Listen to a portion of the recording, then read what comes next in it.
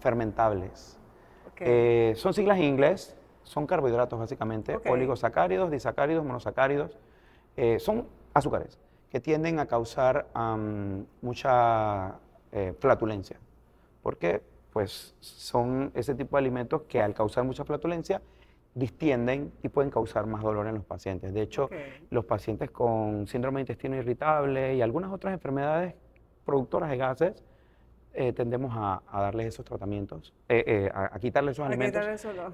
Claro, bajo la Ok. asesoría de un nutricionista que le vaya quitando los alimentos y luego vaya poco a poco como Ok. agregándolo, como haciendo una especie de ensayo y error de ir agregando los alimentos hasta que el paciente, porque tampoco lo puedes quitar para siempre, se desnutre el paciente. Entonces, eso ayuda muchísimo.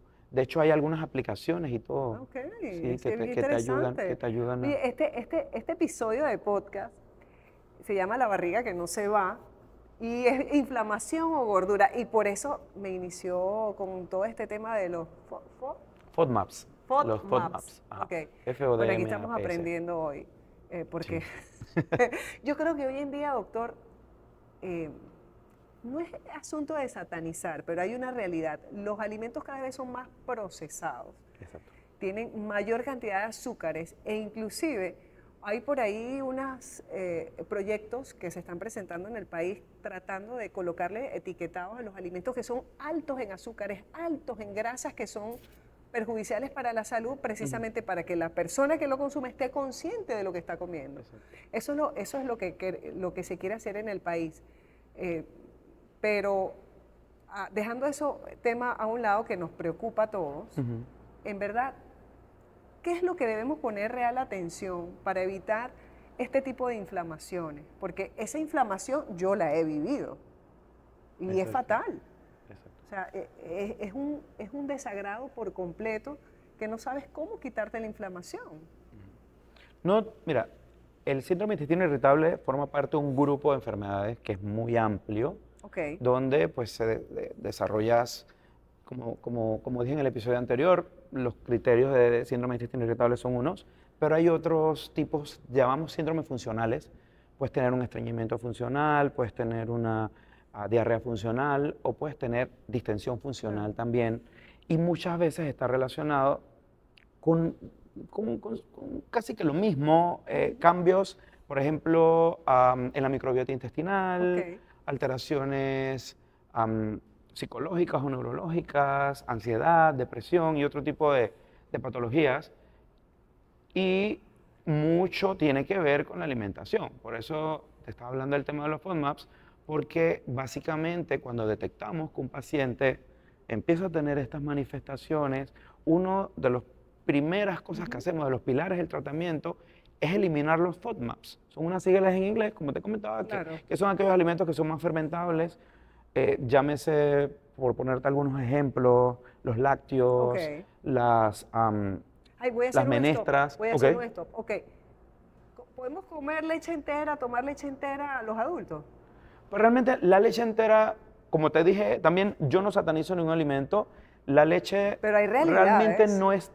no está hecha para los adultos Ok. como tal. Todo el mundo tiene cierto grado De de intolerancia. intolerancia Ok. y es preferible no abusar de estos alimentos. Ok. Y en realidad, pues los pacientes que tienen estas patologías Es lo primero que le es de quitamos. las primeras cosas que eliminamos. Y Claro. realmente yo diría todo con moderación. Ok. Y con la ayuda del profesional que corresponde, que es el Y las nutricionista, ¿no? menestras. Y las menestras. Por Bueno, favor.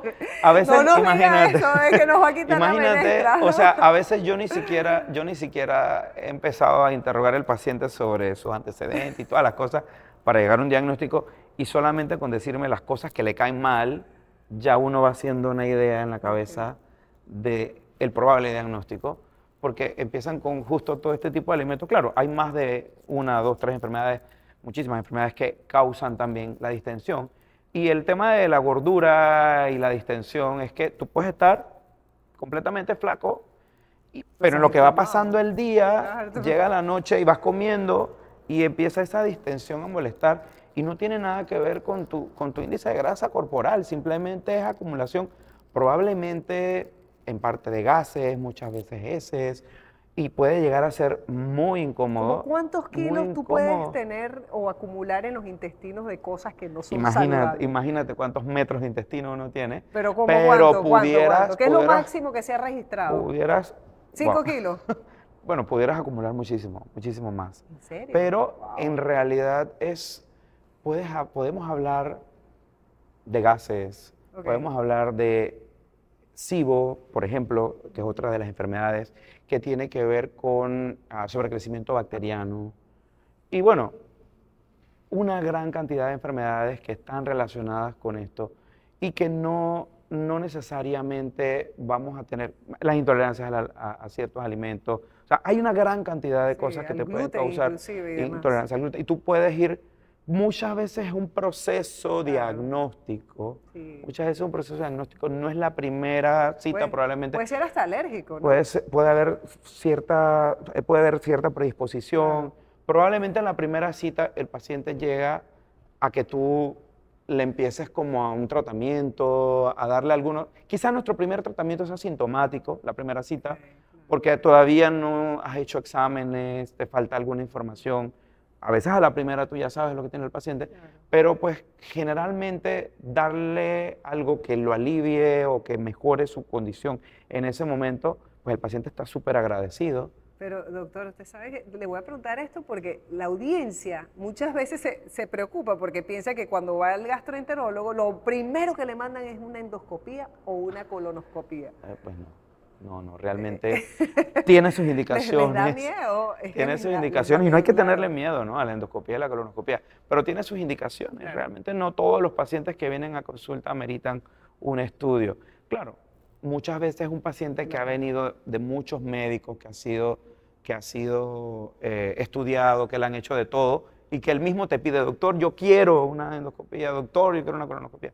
Pero claro, no se trata de complacencia, ¿no? Se trata Claro. de hacer lo correcto. Y bueno, no hay que tener miedo, o sea, son exámenes diagnósticos Claro. que son necesarios muchas veces. Y bueno, y no son los únicos, ¿no? Hay un montón de Hay un exámenes montón. más Oye, que hacemos. el doctor Eduardo Cortés tiene tanta información que cuando usted venga a la cita, a la consulta con él, le va a encantar, porque le explica a uno de la A a la Z. Así que, mire, doctor, para cerrar este podcast, ¿menestra o no menestra?